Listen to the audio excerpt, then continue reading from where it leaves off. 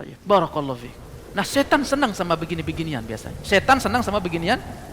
Kalau dia didapati sebagai seorang muslim taat, tayyib, enggak pernah datang ke kuburan, enggak pernah datang tawaf di kuburan, tidak pernah dia bertawassul dengan mayit, dia tidak pernah rukuk di situ, dia tidak pernah sujud di situ, dia akan masuk melalui pintu yang kedua. Melakukan apa? Kebidah. Karena biasanya bid'ah ini muncul dari apa? Muncul dari rasa yang kita merasa kurang di dalam apa? Beribadah. Makanya akhi, barakallahu fiik, saya pernah ketemu ada seorang ustazah.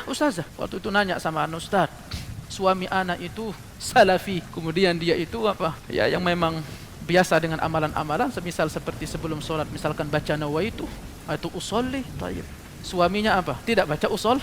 Dan itu berat bagi orang yang sudah bertahun-tahun, puluhan tahun dia amalkan itu. Ketika dia belajar untuk tidak baca usolli, kurang rasa semuanya. Sesuatu yang padahal kalau kita lihat secara spesifik sunnah tidak pernah disebutkan. Sekali lagi bukan artinya salafiyun tidak mengetahui area ijtihad dalam masalah itu. Kita tahu itu. Syafi'iyah yaqul bahwasanya dengan menghadirkan usolli untuk membantu niat. Tetapi kan ada satu perkara yang kita sepakati, bahwa Nabi Muhammad dan seluruh para sahabat tidak pernah menggunakan apa?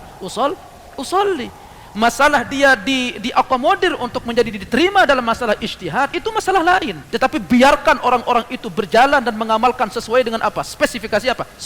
Sunnah. Dan itu benar. Jangan sampai kamu yang datang dengan ijtihad baru yang tidak pernah disebutkan secara teks dalam sunnah, lebih apa? Lebih ingin dimengerti daripada orang yang mengamalkan apa? Teks sun. Barakallahu fiik. Nah, syaitan suka sama media-media seperti ini bapak saya. Kemudian dia akan berpindah ke tahapan yang ketiga. Kalau dia ditemukan sebagai apa? Ahlut tauhid. Kedua, ahlus sunnah. Dia akan diarahkan ke dosa besar. Riba. Ayo, ada udah ngaji, tapi masih aja riba. Barakallah. Sudah ngaji, tapi apa misalkan durhaka kepada kedua orang tua. Membunuh, selingkuh, berzina. Tayyib. Jadi dia akan diarahkan kemana? Ke dosa-dosa besar. Dosa-dosa besar tidak bisa, dia akan diarahkan ke tahapan yang keempat, yaitu apa? Dosa-dosa kecil. Aywa. Ketika dia didapati orang-orang yang apa? Terjauhkan dari dosa-dosa kecil, berupaya untuk belajar menjauhi diri dari dosa-dosa kecil, dia akan diarahkan ke yang paling memungkinkan. Tahapan yang kelima, apa? Disibukkan dengan perkara-perkara mubah. Pegang HP mubah, main HP mubah. Dia akan disibukkan dari perkara-perkara yang lebih penting dengan perkara-perkara yang mubah. Pada perkara-perkara yang mengandung misalkan ijtihad, juhud, sungguh-sungguh dipalingkan oleh syaitan dengan apa? HP atau media dan yang lainnya. Kemudian kalau itu kita katakan apa? Dia tidak bisa, dia akan dipindahkan, dirusak cara berfikirnya. Disibukkan oleh syaitan untuk melakukan perkara-perkara yang apa namanya? Tidak lebih utama dan meninggalkan perkara yang lebih utama. Barakallahu fiik. Bagaimana bentuknya? Misalkannya seseorang menyibukkan diri dengan sunnah, tetapi wajibnya itu terbengkelai. Kalau masih melakukan yang wajib, kalaupun telat-telat sibuk dengan sunnah, masih alhamdulillah bapak saya.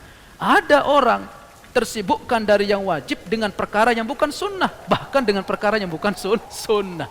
Fahimna ya? Barakallah. Sibuk dia dari perkara wajib, bahkan sibuk dari perkara sunnah dengan perkara-perkara yang sifatnya apa? Tradisi. Wah, ini sudah syaitan berhasil sudah. Tayyib. Selalu alasan kita apa? Boleh. Padahal coba kita introspeksi diri. Lihat itu menjadi titik balik. Kalimat boleh itu bapak saya sering menjadi apa? Pintu tipu daya syaitan. Boleh cerai ustaz. Akhirnya apa? Perempuan dengan mudah minta cerai.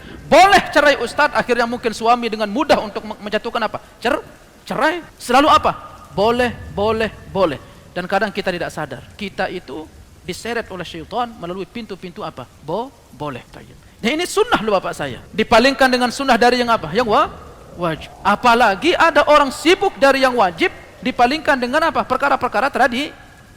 Salat isyaknya tidak di masjid, tapi acara tahlilannya di masjid. Barakallah. Ini kita bukan tendensi dan itu fakta real terjadi. Bahkan dengan amalan-amalan yang bukan sunnah, bukan wajib. Tayyib. Di mana ada orang bersatu dengan apa? Dengan perbuatan-perbuatan yang bukan sunnah dan wajib dan dipecahkan dengan apa? Amalan-amalan yang sunnah dan wajib. Barakallahu fiik. Syaitan berhasil dalam bidang ini bapak saya. Syaitan berhasil dalam bidang ini.